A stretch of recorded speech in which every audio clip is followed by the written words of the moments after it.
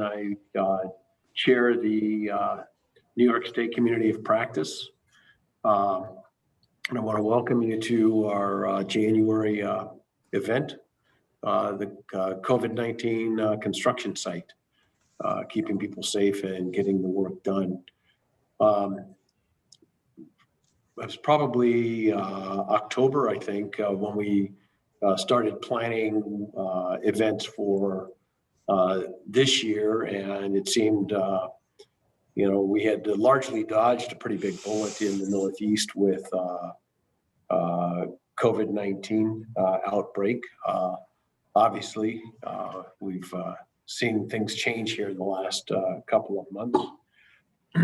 So I think the topic is pretty timely, and it's one we're going to be living with for quite possibly most of this year. And so hopefully everyone gets a lot out of this. I do want to cover a couple of things just in case some of you are new, first time, or haven't been to an event for a while. I want to talk a little bit about LCI, and forgive me, Denise, this isn't exactly the mission that is listed on the LCI site. It's the mission that's listed on the video. So I copied that down. That's on the video, since it seems to be the more current one. But LCI, or the Lean Construction Institute, is a member-based organization with the mission to lead the building industry in transforming its practices and culture through lean thinking, tools, and techniques. And as an organization, we envision a healthy and thriving building industry, delivering outstanding project outcomes every time for everyone. And I think if we reflect on our experience with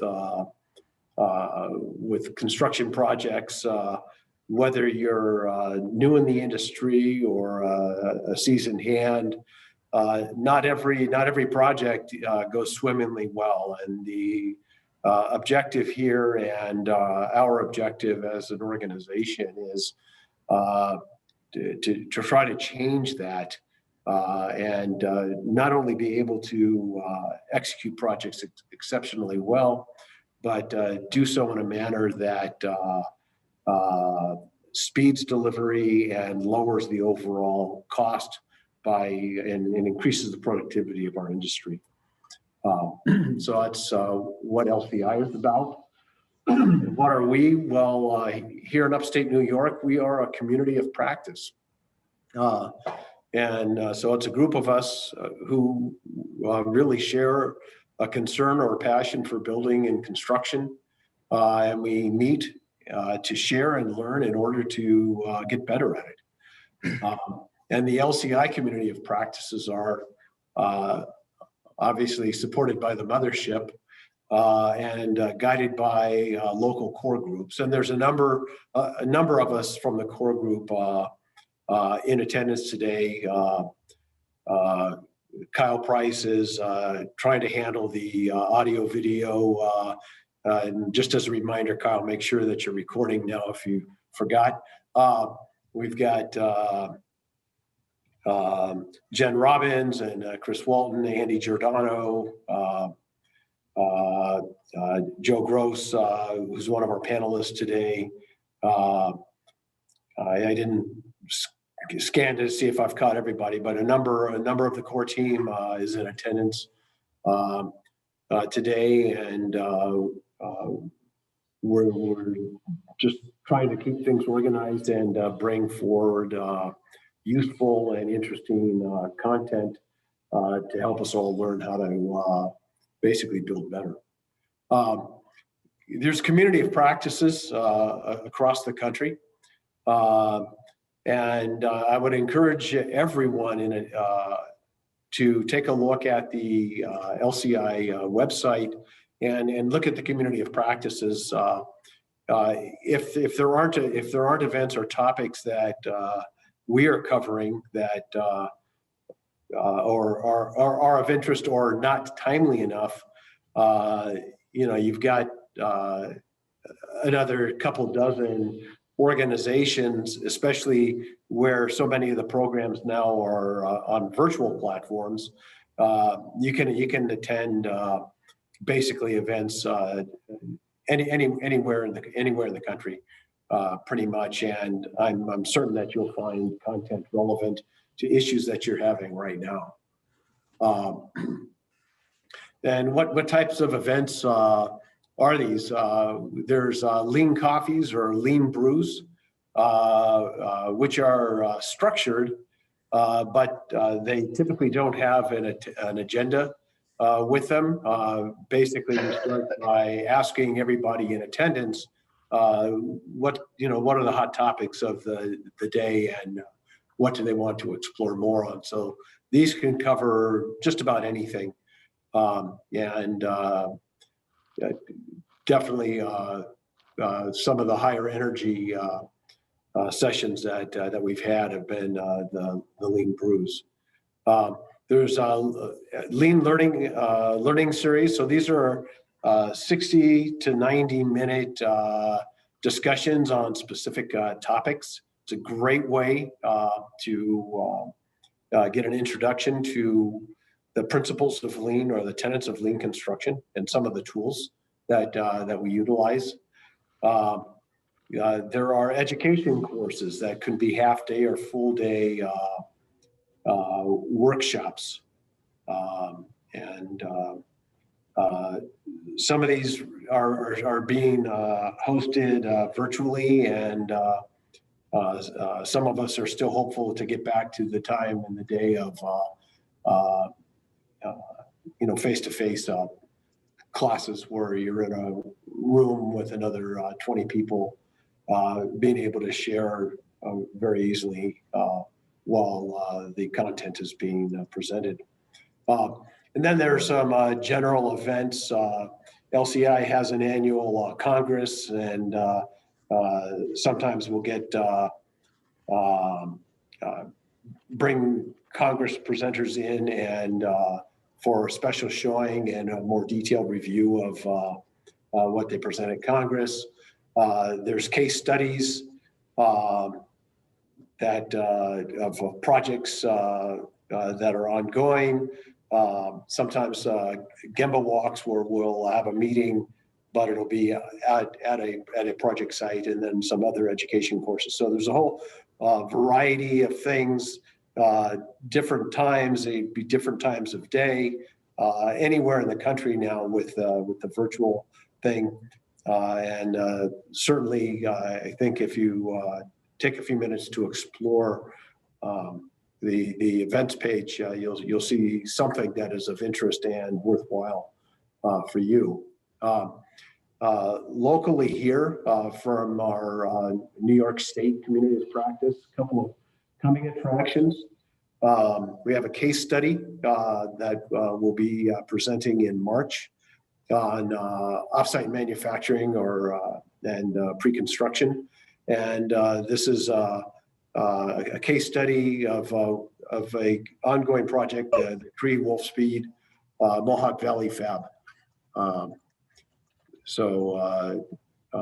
Good opportunity to learn what's going on and pick up some lessons learned from a fairly big project in the region. And that's also offering 1.5 AIA credits for the 90 minutes. And then in April, the Clarkson University Project Controls and Lean course, the student body there, the students are going to present their learnings. And this is a couple of opportunities here. You might, I would offer some new college grad type candidates or intern candidates. So give you an opportunity to see some of our future talent and can get some insight into what's taking place at one of our local universities around construction programs around their learnings on lean. Watch for, you'll be seeing over the coming weeks the advertisements for those programs and events, and encourage you to sign up. And then as I mentioned, in the lower right corner is the URL for the LCI events page. And again, peruse that, and I think you'll find something that you're interested in. And if you see that and you'd say, hey, I'd like us to do something similar or discuss a same topic, but with our Northeast community, feel free to contact us and let us know, and we can adjust our event schedule to accommodate things of interest to our greater community here. Okay, so that's most of the preamble. Let's get on with today's program. So today's event is a panel discussion, question and answer on the COVID-19 construction site. We're going to get three different perspectives. We'll have a large GC, a small GC, and electrical subcontractor.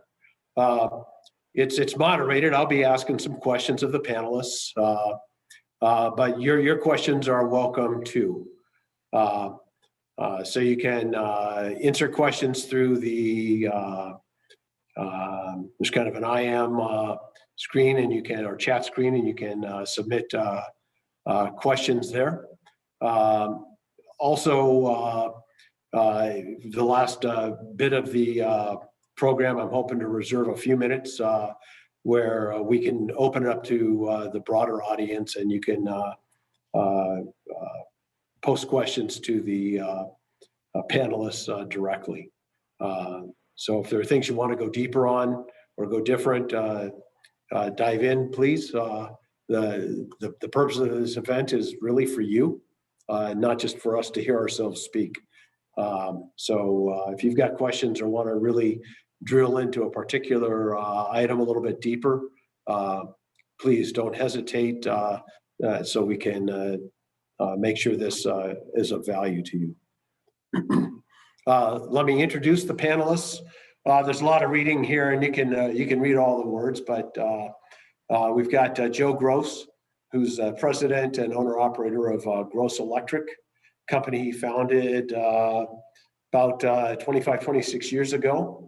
And now it's he and his sons, but he's the largest, the Gross Electric is the largest electrical subcontractor in the upstate New York region, and they've been doing business all up and down the East Coast here. Second panelist is Beth D. Batista. She's the regional operations manager for Turner Construction Company. She brings more than 20 years of background doing this work here, and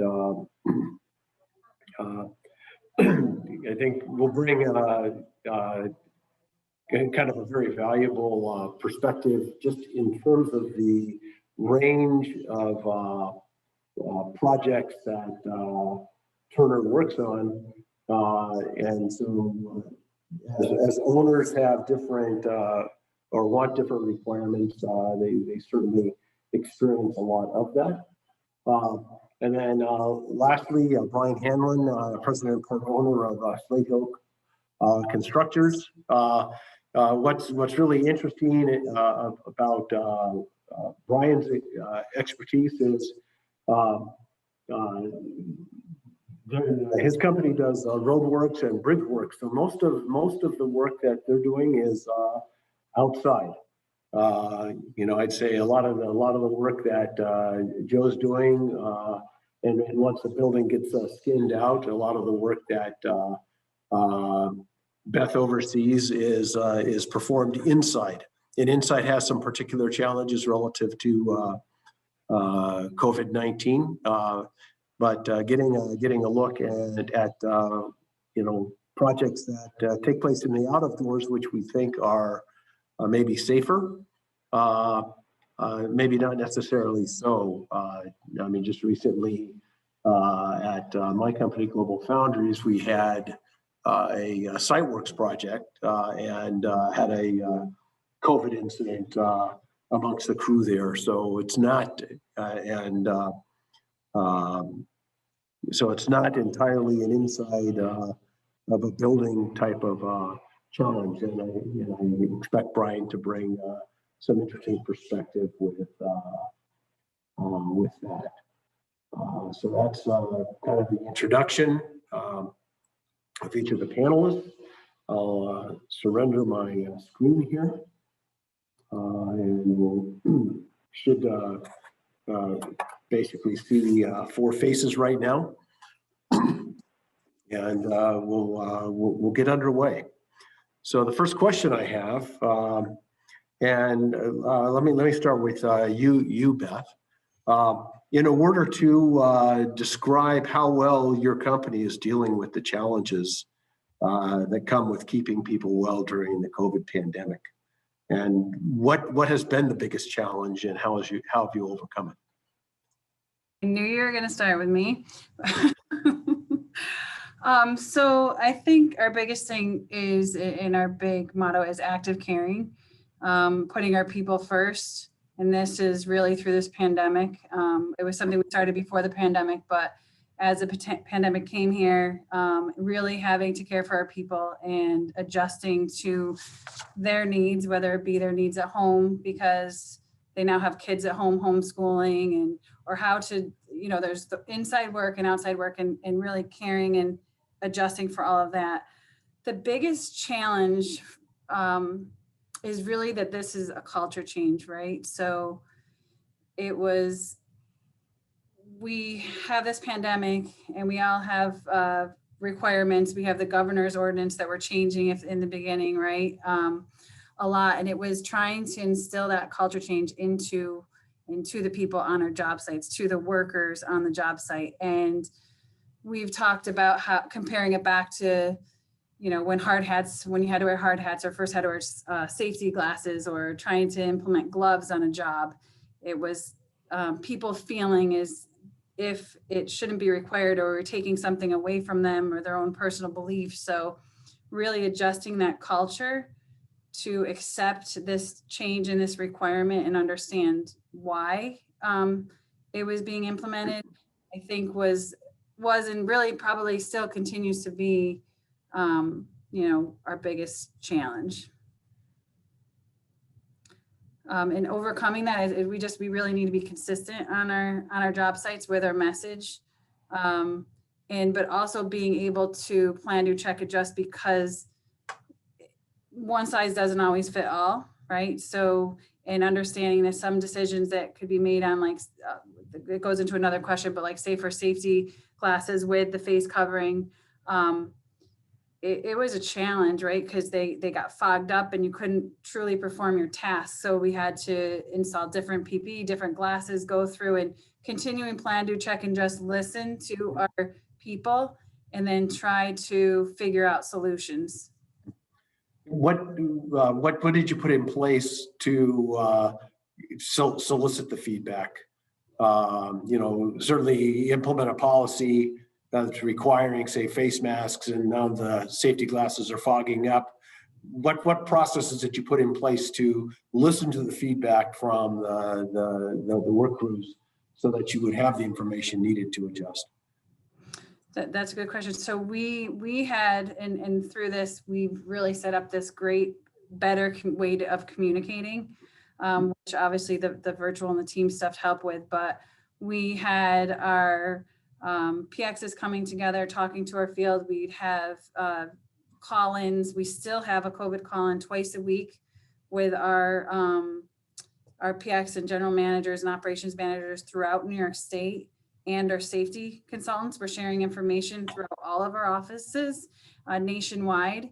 And we were bringing that back and asking for that feedback. So, and then like personally, I went out to job sites and experienced it, right? We leaned, go to the Gemba, bring it, go live it, and bring that information back and be that voice. Because sometimes, you know, Carl Stewart here in our office, I had him wear safety glasses sitting in his office because I said, put your face covering on, sit in the office with your glasses on, because it is what these guys are living. I said, now you're working on a computer, figure that you're out there trying to, you know, put together something on a job site makes it that more difficult. So just sharing and allowing that open communication, like I said, and active caring, really having that be the culture that people can feel comfortable about being honest and knowing that we have to work together to resolve or find better solutions to items.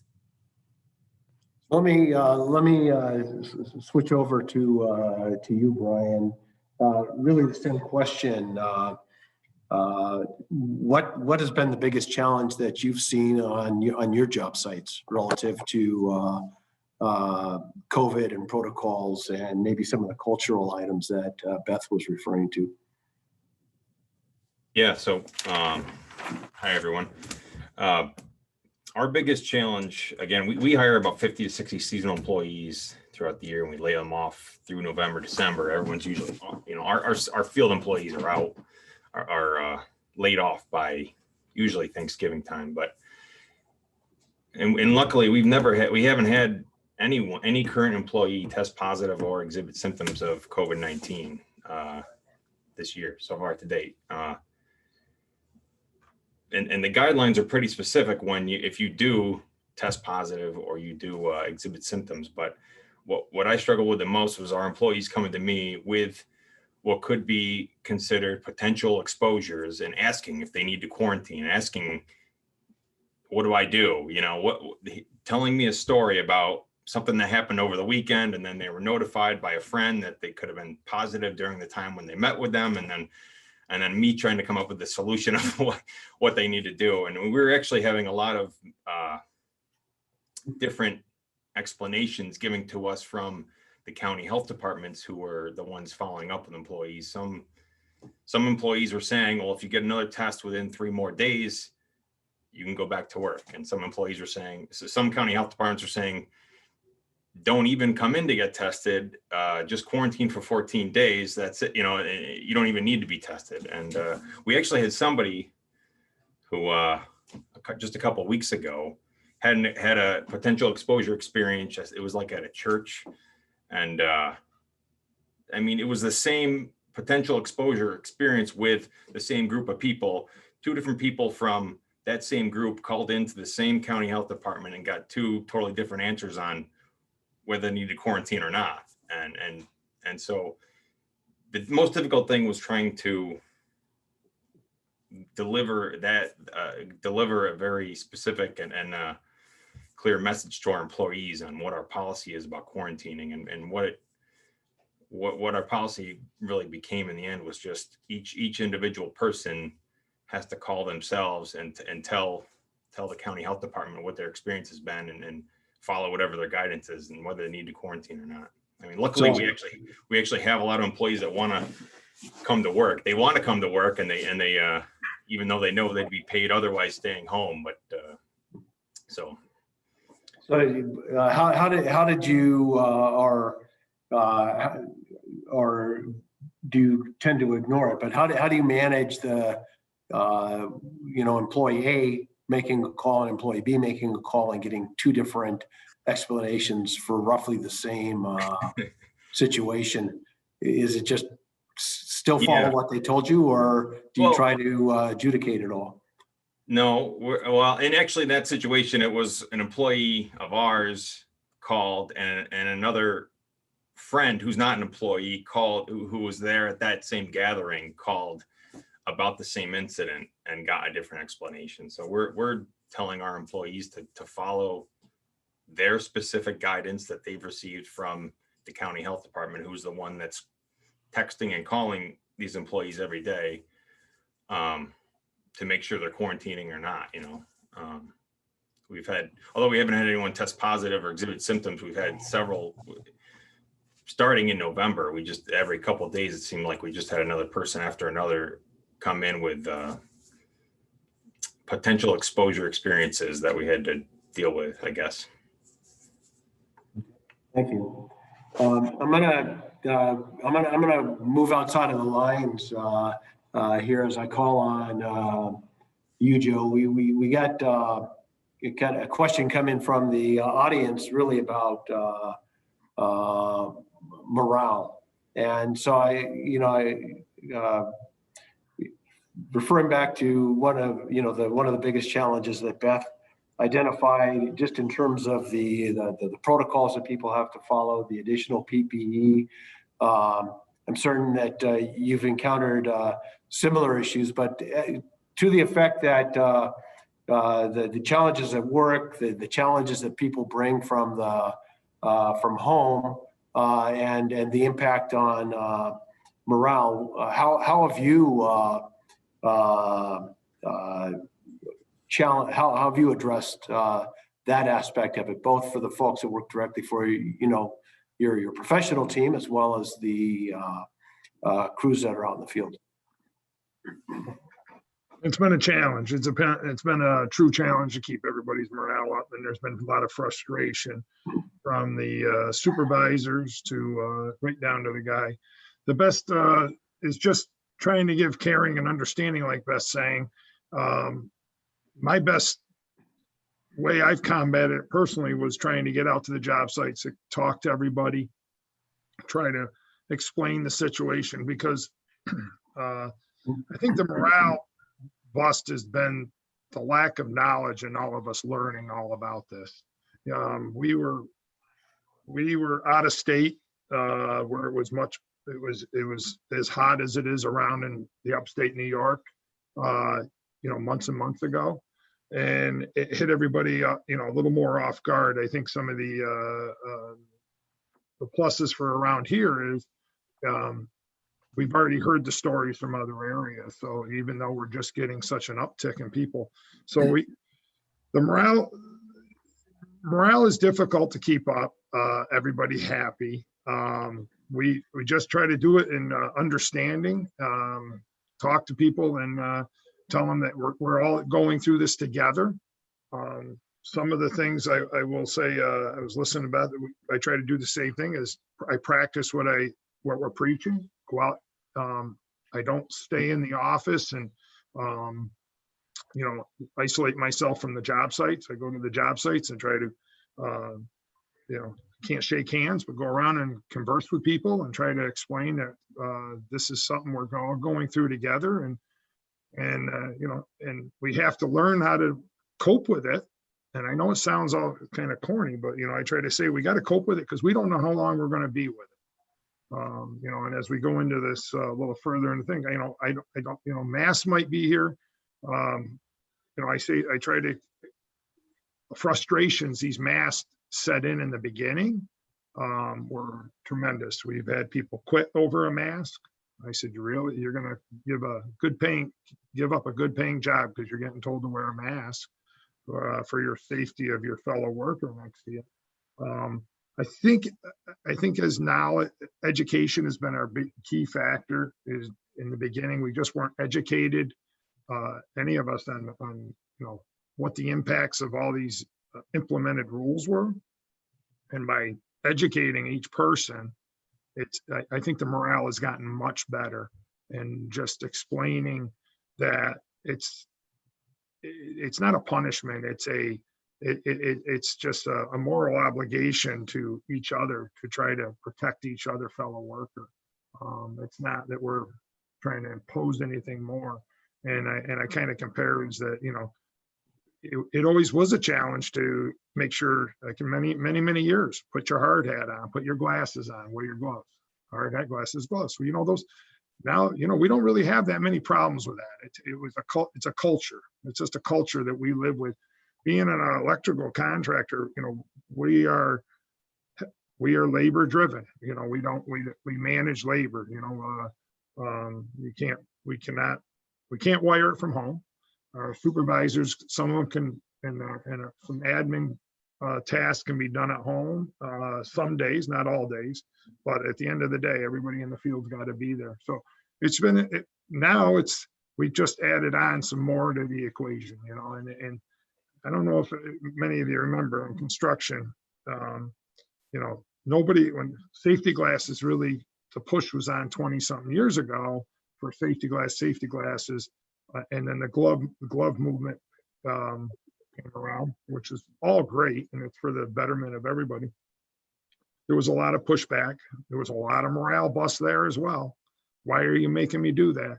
And I don't really see that as an issue anymore. I think it's just a given that's part of the industry. And so the morale bust to now that we're telling them wear masks and the distancing, we just got to give them positive reinforcement, I guess is the best I can say. And you're not going to fix everything. Okay. Got another question come in from the attendees here that it seems that the second wave is a little bit worse than the first one, right?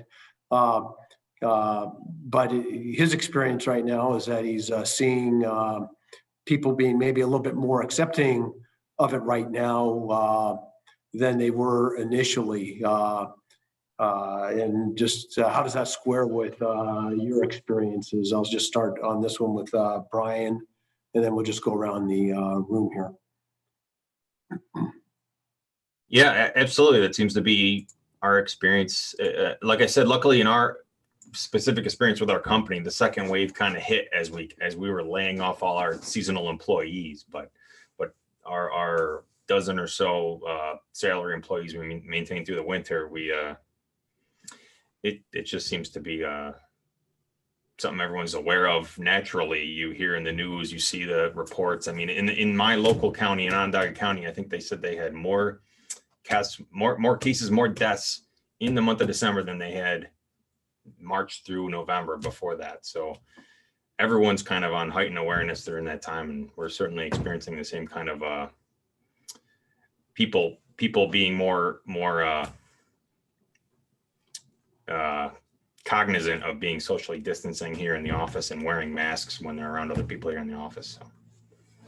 What's been your experience, Beth, with more receptive right now than perhaps early on in the pandemic?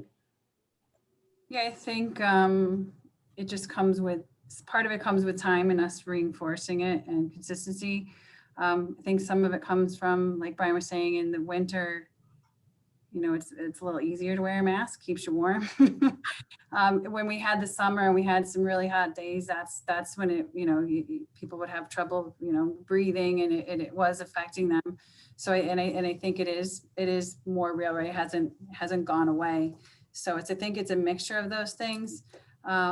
We're definitely seeing more compliance, but we're also demanding more compliance because owners are saying zero tolerance, and so we're having to, like Joe was saying, have those people who it's like, you have, this is a requirement, this is actually law, you have to follow this or you can't come to work. And what we are seeing issues is the carpooling to and from job sites, trying to control that. So you could be fine on the job site, but then you walk off and 4 people get in a car. So carpooling and breaks, lunches, those are some of our concerns that we're having of just trying to get people to do the right thing. And I know it's hard because we're social beings, and like you talked about the morale, they want to work together. I did go back on the morale real quick though. I did see when COVID first started happening and people were losing their jobs and some jobs got completely shut down, or we had a lot of jobs that were out to bid, as I'm sure you guys saw too, that then got pulled because they weren't sure what they were going to do with financing. And then we started giving our workers, which we probably in hindsight always should have given them, a place to wash their hands after they went to the bathroom, warm water. There was actually a good morale on the job sites. As I walked the job site, the people that were there wanted to be there, were happy that they were able to come home and, and provide for their families by going to work. And we're able, they're like, we're finally getting treated with decency, where we, because we really pushed, we worked with our owners to give people running water with bathrooms and, help do the cleaning. And so they were appreciative of that. And we tried to praise people, give them the right PPE, work with companies to help educate. As you said, that was a big one. So I think that's still there, right? We're still not through this economic time where we should all be appreciative that we're going to work every day. And if we have to wear a mask to do it, I think that's what you're also seeing is that awareness and appreciation. You mentioned owners, and I'm certain that you deal with a variety of them. How do their requirements differ, and what challenges does that make it for you in terms of having some kind of a consistent policy that you can administer over the entire team? So they differ, right? And so I think like us trying to say one size fits all is we have to plan to check adjust with them just as they do. They're living through this at the same time. So for example, we do a lot of school jobs. So a lot of it is implementing the governor's ordinance, which, right, that's pretty consistent. That's the governor's ordinance. But we've had issues where, so schools are trying to stagger their school schedules. So our second shift hours change, and it could change in the same district for an elementary school to a middle school. So adjusting those, and as they continue to adjust, we continue to adjust. We try to turn it into an opportunity when we can. An opportunity through COVID is that when some of these schools and whatnot closed down, we were able to get in and do the work safer, without impacting their facilities. So we're always looking for that plan, do, check, adjust. Some owners will say 0 tolerances. Other ones will say if you're in your own workspace, you can take your mask. But it's really also a lot of detailed tracking of where we are so that they can clean, so that they don't have issues with their own workforce, because they want to protect their employees as well. And their employees don't want us contractors always in their spaces. So we're pretty, plan, do, check, adjust, always being flexible, I think is just something we in our industry have always had to do. So we just continue to work close with our owners, and what's installed to our policy today may change tomorrow. And I think that's just understood now. Relative to government agencies, are you seeing everyone? These are just the statewide requirements, or are you seeing also some of the local authorities adding more, additional requirements on top of the what is being dictated by the state? So we meet, our safety group talks nationwide. We talk, so Turner itself, we tried to standardize what we could, but as Brian was saying, New York State, each department of health will set their own regulations, right? And that's why you're getting, depending on where the person lives, their department of health will tell them what they want to do. So New York is, I think, kind of been the leader, and Turner has kind of done a lot of our standardization of what we require, which is more strict in some states than others, because we're trying to do the right thing as a company of containing the spread. In New York City, which we work closely with and get on the COVID calls, their DOB is on top of everything. They'll come out and actually walk the site and shut down a site or fine a site. We here locally, it's really us mandating it, working with our facility owners and self-tracking. We've set up, we do safety inspections, and in that form, we have a whole audit where we go in and can audit a job site for COVID requirements in the office, COVID requirements on the job site, and we're tracking that and to identify if we have any jobs that have issues. Thank you. And Joe, kind of drill a little bit deeper along this one of requirements that are either imposed by the owners or things that you've put in place that are in response to them. What has worked particularly well in terms of protocols, or just changing in some of the business norms that as you've adapted to this? The most thing is just the distancing. We've oh geez, I'm trying to think how you want to know what's worked out the best. I apologize. You kind of caught me off guard on that one, Steve. I wrote everything down on my little notes here. What's worked out the best is just we've got so many different rules by so many different facilities. The consistent rule is the distancing and the mask and all that. What we found is working out the very best to combat the spread is contact tracing.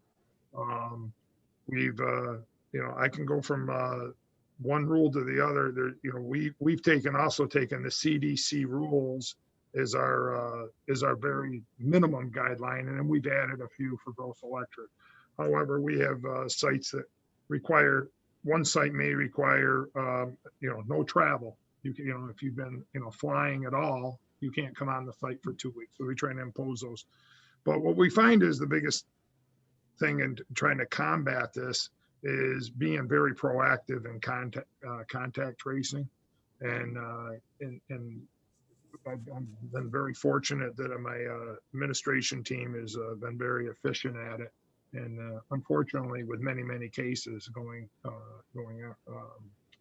doing contact tracing to bees, and we have clients that ask us to go out to see contacts, and so unfortunately a job, one particular job just recently just went up to 35 guys in one day were exposed. So 35 out of an 85 man project, we decided to shut the project down for 3 days so we could give the administration the time to make sure that everybody's working safe. So I don't know if I answered your question in full, but that's kind of what that's been our best combat to trying to make sure the safety of everybody with all the implemented rules by each client. Since I got you off guard, I'll keep you there. I'm going to ask you a question from the audience, because I know you just you've dealt with a few of these, and I'll give everybody a chance on this one. But the question is, what experiences have you had with a positive case from somebody that's been on site, particularly dealing with paranoia or concern of the other workers that decide on their own that maybe they've had close contact. I mean, in dealing with it at Global Foundries, there's some specific rules on what close contact means, but that doesn't necessarily capture all the people who are nervous when there's an identified case. And so just pick each of you kind of pick an example. And I know, Brian, you haven't had any cases on your site, but you've had people who believe that they had been possibly exposed, and how did that handle? But I'll just start with Joe. I'll go to Beth, and then we'll finish up with Brian. But really, talk about a specific incident and the nervousness that it has created within the workplace. Well, we've had multiple. Unfortunately, on multiple occasions on multiple sites, we've had that. And I would say the worst was the beginning back in May, when we had a positive case on the site. And we, of course, we're contact tracing. We got the phone call. The gentleman didn't feel good. He went and got tested. And we, of course, our team went ahead and went to contact tracing, said, okay, and he gave us names of his crew who we worked next to. We then, you're trying to, respect all the HIPAA rules and everything. So you're not going to go on the job and announce, Fred, hey, everybody, who's next to Fred. But it doesn't take long on the job to, and especially in the beginning, the very unknowns. So, we reached out to everybody on that site.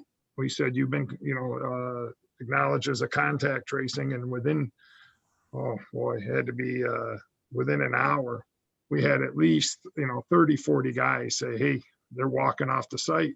And, of course, the word's out that, this, protect the names. I'm using the name Fred.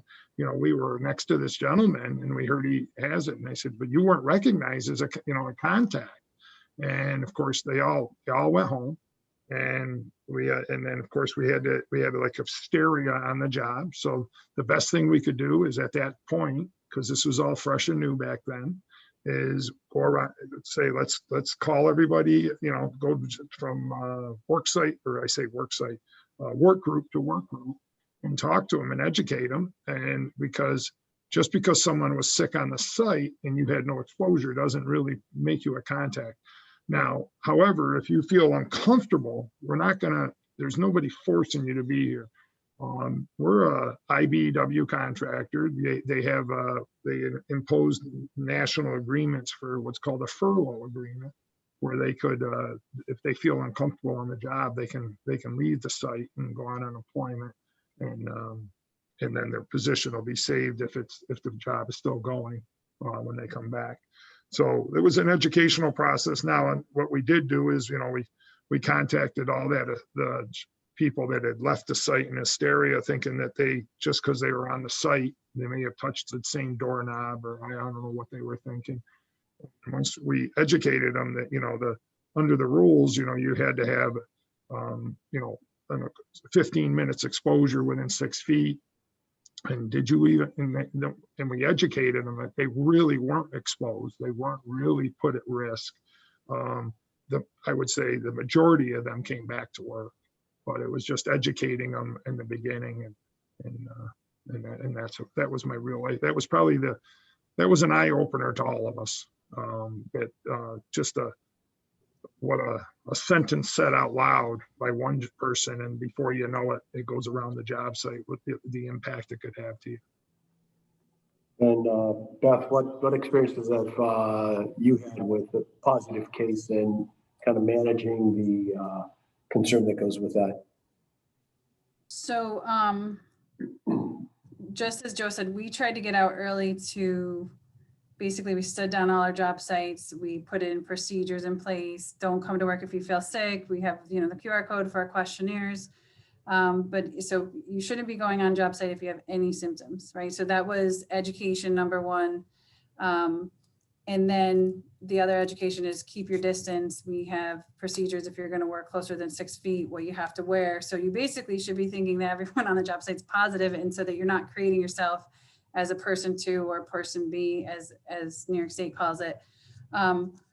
So we tried to really get out ahead of that and teach them the best practices of how to stay safe, washing your hands, all that stuff. So we did have an incident on a job site where we were working in a facility and the owner had someone test positive. And so our thing is on our job sites, if someone tests positive or has symptoms, we got to get out ahead of the rumor mill because it flies so fast, right? And so we have a communication that's sent out that, not saying who it was, someone wasn't feeling well, this is what's going on, this area is being cleaned, this is what we're doing. And then in that email, again, reminding everyone, self-monitor, don't come to work if you feel sick, right? There hasn't been anyone identified as a person 2. So it would be key to communication. But in this one case, we were working in an owner's facility, and the owner had someone test positive and they didn't communicate that to us, and there were rumors. So we had to then, it made us realize that on all our job sites, we need to make sure we're worried about our communication with our team, but we need to work, line in line with our owners when we're working in their facilities. Now we're all combined, and we need to make sure that communication gets out. And I think it's getting out before the rumors start so that you don't have a paranoia. But that was the only one instance that I can think of that we've dealt with where it was, where there was some frustration on the job site and people concerned that didn't need to be. Okay, thank you. What are your perspective, Brian? I know you haven't had a case, but you were having a number of people who thought they might have had exposures. I'm sure folks talk to one another as well. How have you kind of managed kind of this rumor mill and the fear factor that's gone along with this?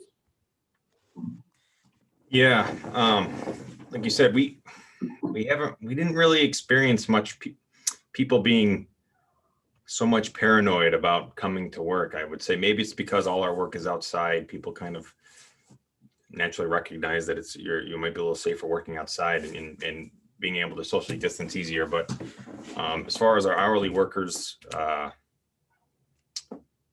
it never really people were more concerned about keeping being able to still come to work generally.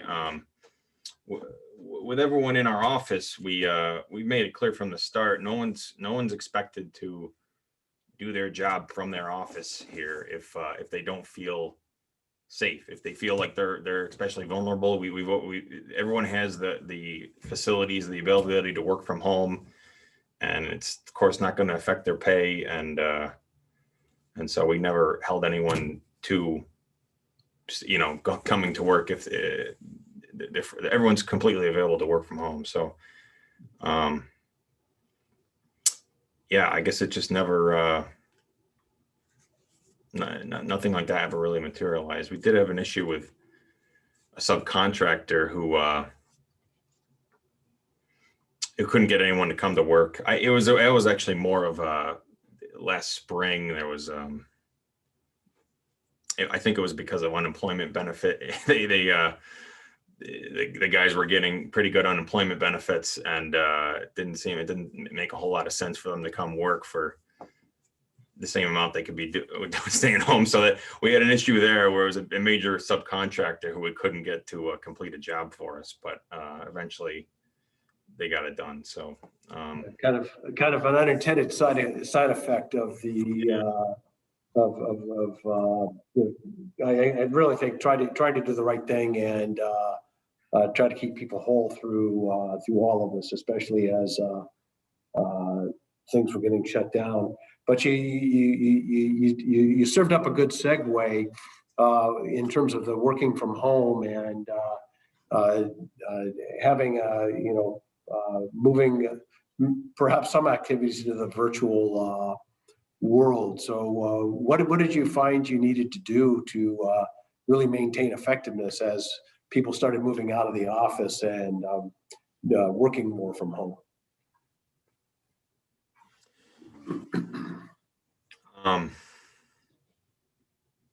Well, we like some of the things we implemented to allow people to work from home, or just to maintain effectiveness. Well, to be honest, we never really had anyone work from home. We're lucky here. We don't have a big office staff, and we have a lot of square footage, and we have, frankly, twice as many offices as we have people here. So everyone, I think, feels pretty safe and socially distanced, and we don't. There was a time when we tried to do weekly meetings with everyone together, and I guess we kind of just acknowledged that they weren't so effective. So we don't really have many big internal meetings with everyone involved in one room or anything. And when we correspond, we can do it on the phone, or we page each other, or just kind of have a socially distanced conversation with somebody in somebody's office. And so it wasn't really that big of a change for us, I guess, in the office setting. What's been your experience, Beth, as some of the work that you maybe used to take place in the office or on the work site has moved off-site in terms of maintaining, adjustments that were made to maintain effectiveness? Yep. So we went through a lot of different, based on each job site and each personal needs. So going to the question someone asked about confusion and fear, that kind of led to some of the work from home. We had a process where we reached out to every employee and asked them how they were feeling, and wanted them to know if and we recorded that. We looked at it as a team, and with HR of who maybe someone's immune system is at risk, and how can we accommodate them from working at home. There are other people who, I don't want to work from home. I need to go to an office. I do not want to be at home. So we did an audit of every single one of our employees in our New York North group. And it was throughout Turner, is touching base and having a personal connection with them. And then in some job sites, right? So you have to construction has to take place on a job site, but some jobs we did a hybrid where the engineer would work at home and the superintendent, but then there was some ill will against that. So there was a rotation that every 3 days you would go in and you'd switch. And then again, like I said, it's not one size fits all. So each job site was handled differently based on their need. And then we did consider the high risk category of people that could contract COVID, and made special exception for those individuals, and everyone understood that. It didn't seem to have an issue. Working from home, though, we did have to order some additional monitors, right? Because it's just the efficiency of having your screens at work, having your ergonomics with your chair. So we accommodated people with allowing them to bring their items home, get them what they needed to work efficiently at home. And then we actually had and still have a procedure where we have a shared site where anyone working from home has to log the day they're working and log what they are working on. Because, as you know, it's like the trust factor had to be built that the work was going to be getting done instead of, cooking spaghetti and meatballs. So we have a system, right? And we actually audited that system, checked it, made sure everyone was responsible in having a communication with their team. And then once all the virtual stuff came in, it became even easier, right, through Zoom and Teams, and everyone in our company has the ability to pull a Teams meeting, schedule just like they regular schedule meetings. So it just became easier. And some days you're working from home and you don't even get a second, right? You're to breathe, because you're waking up, you're right into it, and you're actually getting some more efficiency. You're not driving. So we've been able to accommodate it. We had to make adjustments though on our decisions, and we'll continue to do that. So there's some that are more efficient. We actually did a survey after to find out what worked, what didn't work, and then we're auditing that survey. Okay, thank you. What have you experienced, Joe, in terms of as some of the activities and work has moved into a virtual space, Zoom meetings, et cetera? What adjustments have you needed to make to maintain effectiveness of your team? Well, as Beth said, our IT department, there was a lot of screens, a lot of, some people went from desktops to laptops. Being, again, so field orientated, the percentage of our overall with, 300 employees and maybe, that's 30 upper management to manage that. There was only availability to work from home with mostly our admin. Some of our admin went home and they did work from home, and they were very effective. So we know that, something I probably would have never thought in the past, we know now we can do it. But for the most case, they all wanted to come back to work. They felt because you're never going to replace working from home with working in an office and having intercommunication. So what we did is to combat some of that is we put glass petitions. We thought we had a beautiful fancy office with nice oak petitions, 5 foot high, working lean. We had our former office we were all in our own little offices, and everybody we've since then tore them all out and went to an open format. And now we're in fish bowls. Now we put glass up. We had 1/2-inch glass put up in some of the locations so it's really a combination of using the Zoom has been our best friend. It appears to be our company of choice tool to talk to each other. So I would say we've tried to accommodate everybody that can do their projects, their work from home, whether it be full-time or partial. We try to make safe spots in their work zones. Like Brian, we also have extra workstations, and we had extra conference rooms. I've told people that if you feel comfortable, take one of the conference rooms and utilize them. That's just the way we've been we use the Zoom meetings. We built a beautiful, what they call the big room. So we were going to have, we're going to have our weekly meetings, and we're going to all get there, and it worked out pretty well until this happened. Now we have group Zoom meetings. So, and we'll all be in different parts of the building and talking on Zoom together. So, and having multiple locations, I think I wouldn't say we're going to use the Zoom in the future when we can be in person, but we're certainly going to utilize a lot more than we used to for the off-site projects. And, it opened up our eyes to, that if somebody has a childcare issue at home or something, it's not impossible to work at home. So what we thought couldn't be done, or we had our doubts and we thought they were making spaghetti and meatballs. Now we're believing that you can get your work done.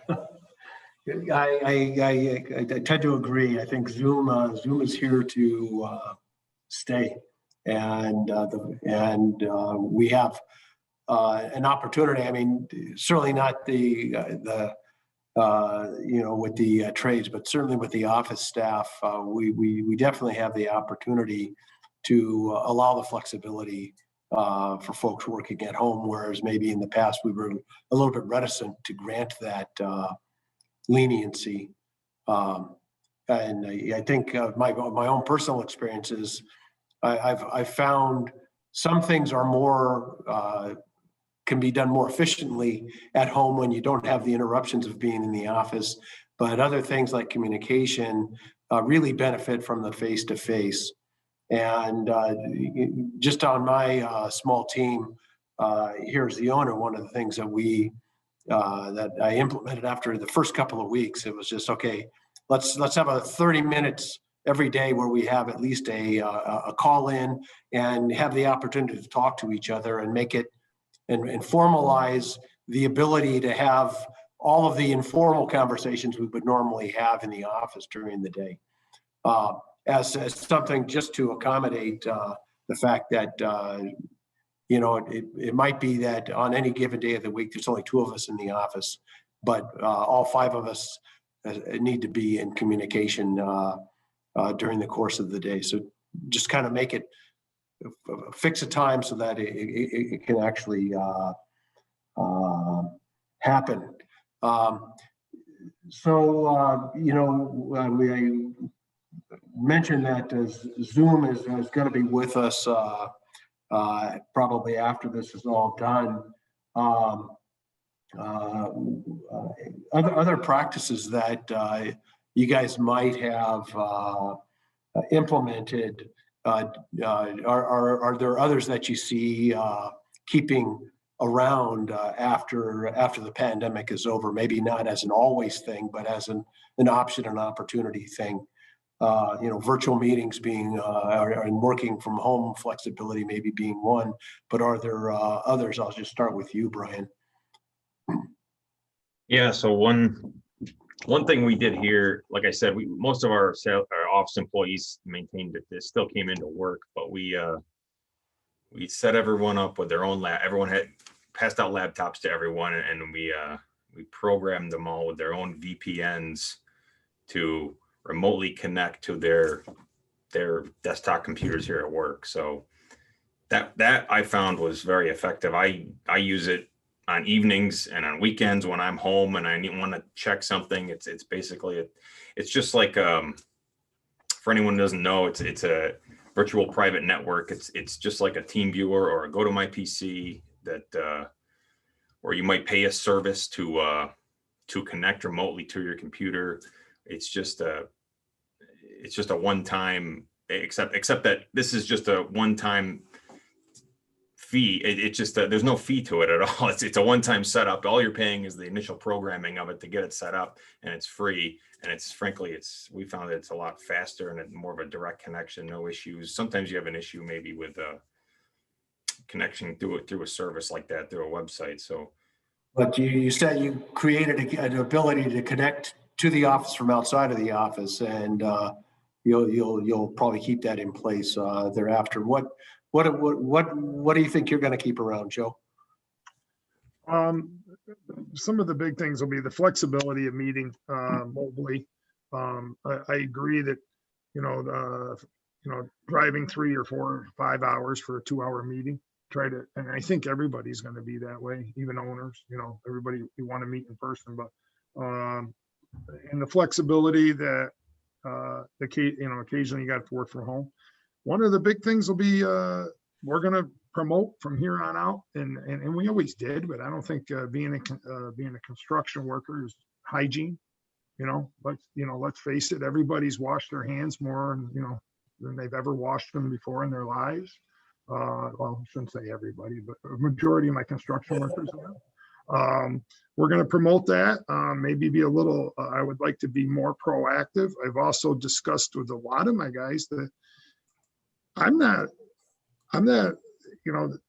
We're going to get to a stage where we're going to decide after this is over that is it maybe a mask during flu season, maybe a mask, maybe providing people masks when they're working in close quarters together, excuse me, isn't a bad, maybe that's just the right thing to do.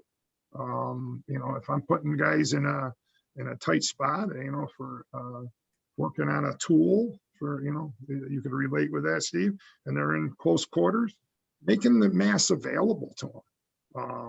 Maybe not making it mandatory, but trying to promote hygiene, and we're going to get through this together, this virus, this pandemic, and then maybe we can combat the common colds and the flus going around the job site that we kind of took for granted by practicing washing your hands and having the stations on the job all the time, and making the availability of the masks to them, and not necessarily making them every time mandating it, but I'm sure that we'll have some understanding and appreciation to that.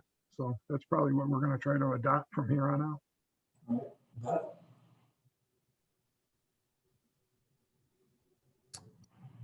Yeah, for us, it's a lot of that same stuff is big one is stay home if you don't feel well, right? I mean, in past, everyone came to work and it was a little bit frowned upon if someone called in sick, even if they could hardly breathe when they're calling in. So I think that's definitely everyone just appreciating people work from home. You have the ability to, you have what you need now to do that. So if you don't feel well, work from home. The virtual meetings definitely, especially in a lot of our job sites, the architects are, and owners are spread. So that efficiency, we've actually also used pull planning, virtual pull planning that I think we will keep for those meetings as well. Cleaning and just, again, that active caring of our workers. And I think part of it is the communication that we've developed through this, and the channels that we have to, if there is something new come up, that we have this ability to communicate quickly and to plan, to check, adjust. So, and we do a lot of healthcare work. So there's a lot of best practices there that we want to educate and talk to our clients about early, and, try to get buy-in from our clients during pre-construction on items of just thinking ahead. So we track all that. We have those conversations up front, and we work together with them on that. You talked a lot about the communication. I'm going to segue into one of the questions from the audience, and that's really about confusion, being able to cause fear, or the unknown causing a lot of fear. And I think early on in this, we all suffered a lot from that. And Beth, you talked a lot about what Turner's done to improve the communication and kind of manage that. On your end, Joe, what have you done to improve communication overall, and kind of make folks feel at least that you're paying attention, and they know you're doing what you can to keep them safe. We start with the office talking to every supervisor, getting the supervisors bought into what we're doing, and then just educating our general foreman to our foreman, and our safety directors. Our safety directors have been probably our largest tool on the job site. I try to teach them that they're coaches. We're basically just we're not there to hit with a stick. Let's coach and talk to everybody and educate. So that's really what we've been doing. That's the best way we can do that, is by going face to face, getting, within 6 feet, of course, and just educating everybody and telling them we understand. And I kind of like what Beth said. We would be we have had projects with such a low percentage of construction workers calling in sick, and now we're promoting them to stay home. And it's not frowned upon. It's actually you're helping us out if you have the sniffles, and if you have this, or you have any, so many things that have the same symptoms of plain old allergies. We're asking you to stay home. So that's how we're just positive reinforcement, talking to everybody, Steve, and then that's how we've been trying to keep and make sure that each and every employee, to the best of our ability, understands that we understand. Because we can't maintain everybody being safe without everybody being a part of it and trying to help us with it. So an interesting question came in. We've offered a lot more flexibility. We tell people to stay home.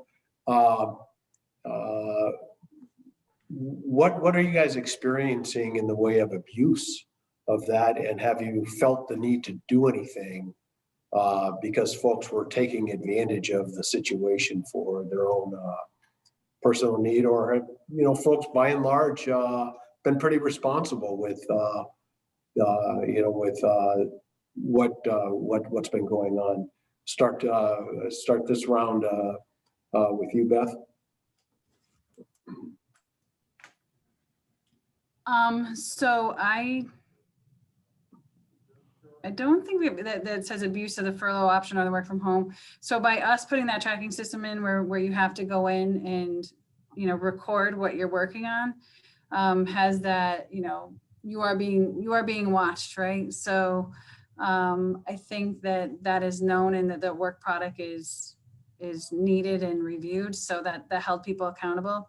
I will go back to, though, we do self-perform work, and we did run through that same issue that others, Joe was saying, with that in some cases it was better for them to collect unemployment. So we saw it in some cases with our own union workers, as well as on job sites where we're seeing it hard to get certain contractors or trades back to work because, and I don't think it was taking advantage. It was that, hey, why go there and risk getting sick?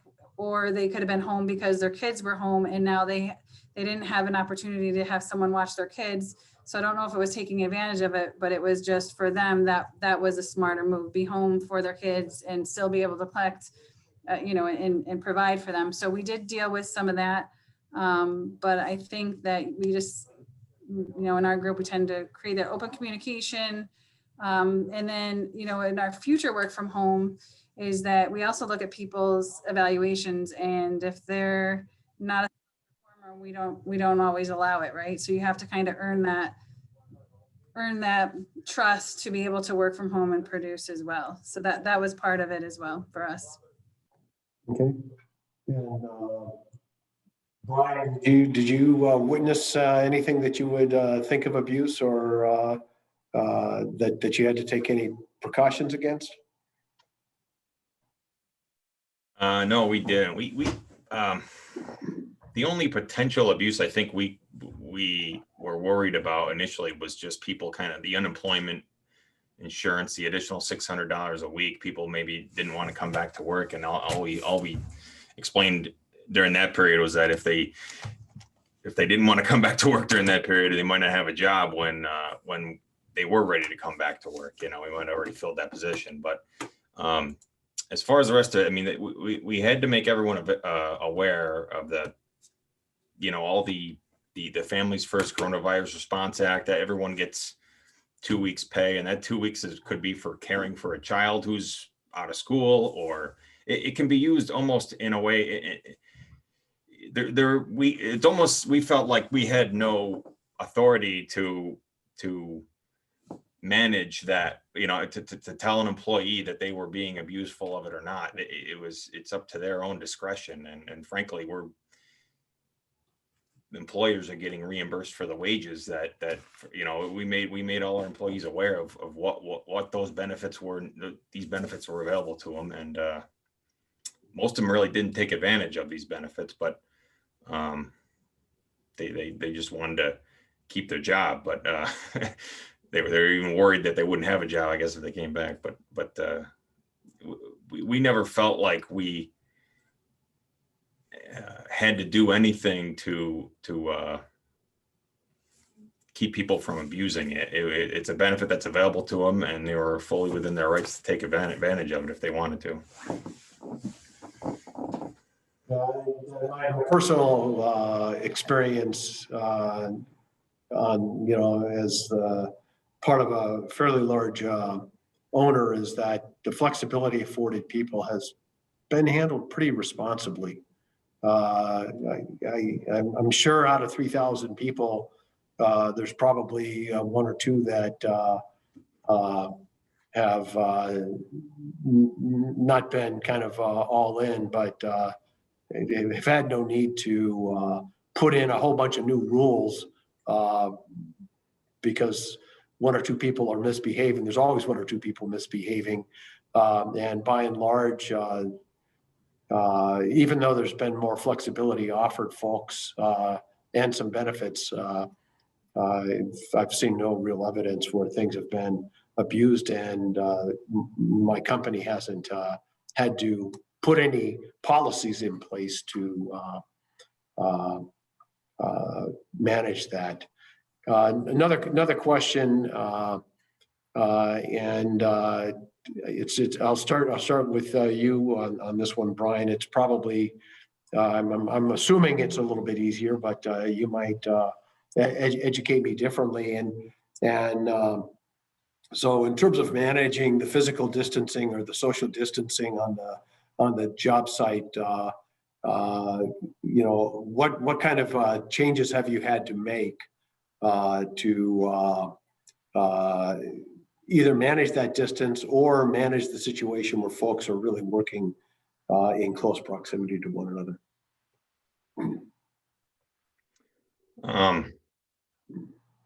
Well, it was, obviously, like everyone else, we passed out masks, and we made sure there was hand sanitizing stations. We put up postings on every job site just to make people more aware of it. It's in your face more. You see it, socially distance. It's an order. And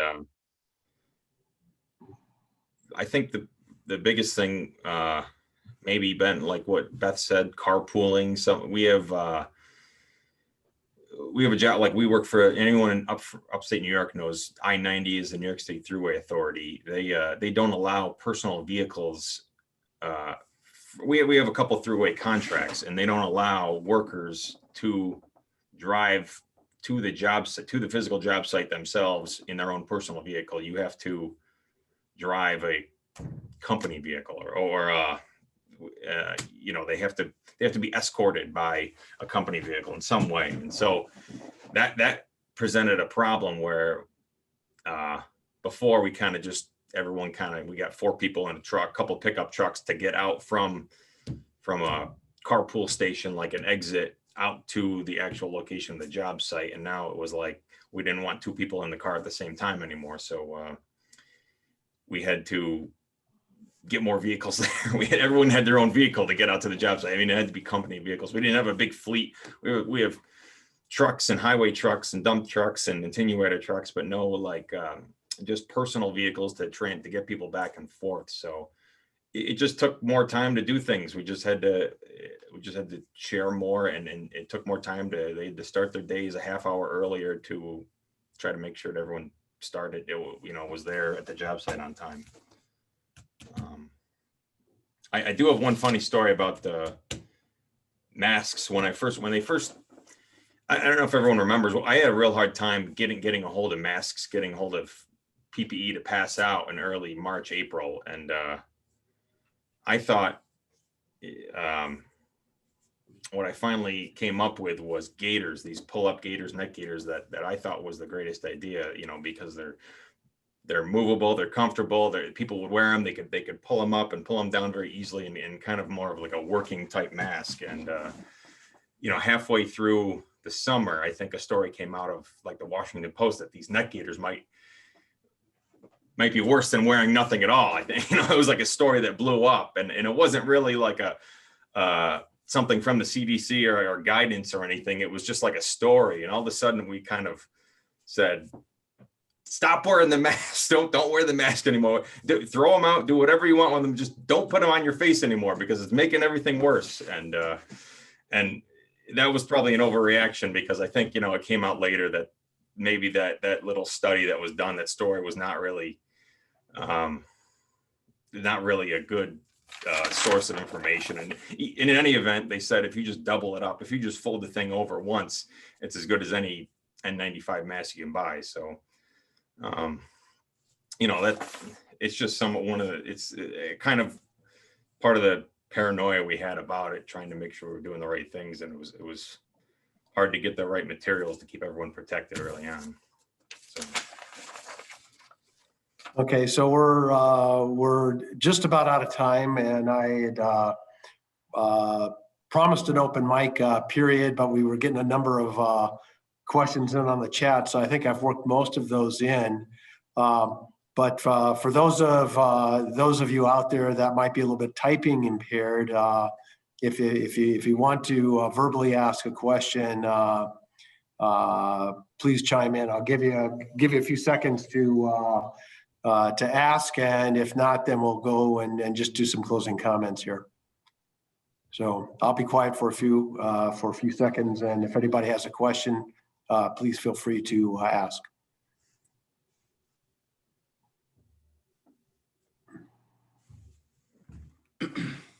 I mean, this is Chris Walton with TFS. I think that topic that we had going just a few minutes ago was pretty good. You know, as far as you know, sort of I guess trusting, you know, employees, you know, when it comes to you know, whether they're a primary contact or were they sick, you know, or are they just kind of making up a story to get some time off, you know, and we're kind of feeling the same way around our company. It seems like the further we go into this, the more some of us are sort of sitting back and saying, you know, we have these positive cases pop up, or, you know, where we need to do some contact tracing, or, you know, people are coming back off the weekend, you know, telling us they were around a positive case, they need to quarantine, they want to be paid. You know, it's very, you know, you sit back and think about it, you know, it's kind of difficult sometimes. I guess, you know, like I said in the comments, we need to, I guess, give, you know, people the benefit of the doubt, but it's kind of challenging sometimes to keep doing that, you know, you know, because you just don't know if people are really sick or they really, you know, taking advantage of the situation. And, you know, I'm talking about, you know, the full-time employees and our, you know, our workforce. I guess maybe that was more of a comment than a question. Yeah, it's still very welcome, Chris. Thank you. So let's give somebody else gonna comment here. Okay, so let's just go around and give each of the panelists the opportunity for some final words. And you guys can pass if you're all talked out and have nothing more to say. But I'll start with my lower left of the screen. Brian, any last comments or final thoughts on the topic here?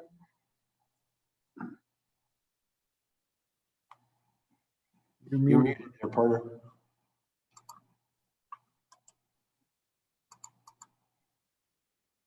Yeah, Brian, you're muted. Oh, Can't hear you. Sorry. No, I don't have any final comments. I just wanted to thank you for having me as part of this discussion, and I hope everyone stays safe through the end of this, hopefully.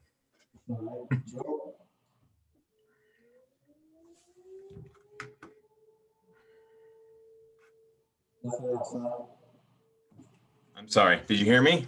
Yeah, I did. Okay. Joe, do you have any final words? Yeah, obviously, I agree. Everybody stay safe and healthy. I want to say thank you for hearing me mumble through this. I want to just, some things I didn't really touch base on, and I'd welcome anybody to contact me direct if they ever want to talk about what our experiences are, anything I could help with. This is so vast. There's so many more things to talk about. We average, a quick real stats to everybody. We're averaging 18% to 20%, between 18 and 20% of staff out. As far as trusting, I agree. I think you're spot on. We've learned how to trust even better. I've gotten zero. I really want to applaud my management team. I have a zero abuse of working from home or staying from home from the management team. Our experiences in the field have been anywhere from 63% to 5% out every day, and with an average of 20%. So it's, and we take everybody for their word. If they're sick, they're sick. So we've learned a lot from it, and we're learning every day. And in passion of deliveries, we didn't even talk about commodities and how it's affecting job sites and how it's affecting all our jobs, right? Just trying to, I think we've all gotten a little thick of it. Well, we're not getting it because of COVID. We're not getting, right down to the tires for your car, right? Everything, you can't get anything. Well, the challenges we face on our job sites, and I think we have our trust factor with our employees is greater than the supply chain getting us the products we need to keep the jobs going. And I hope that's the ones we don't have a face-to-face with those people. And why aren't we getting the products to get our jobs done? That may be a completely different topic if we continue to see supply chain constraints. We can have a panel on how well we're coping with that. Thanks, Joe. Beth, any final words? Just the same. Thanks for this opportunity. If anyone has any questions or wants to know more about our program, we're all about sharing and educating each other. So thank you for the invite. All right. So let me wrap up here. I want to thank each of our panelists, Brian and Joe and Beth, for your time and sharing what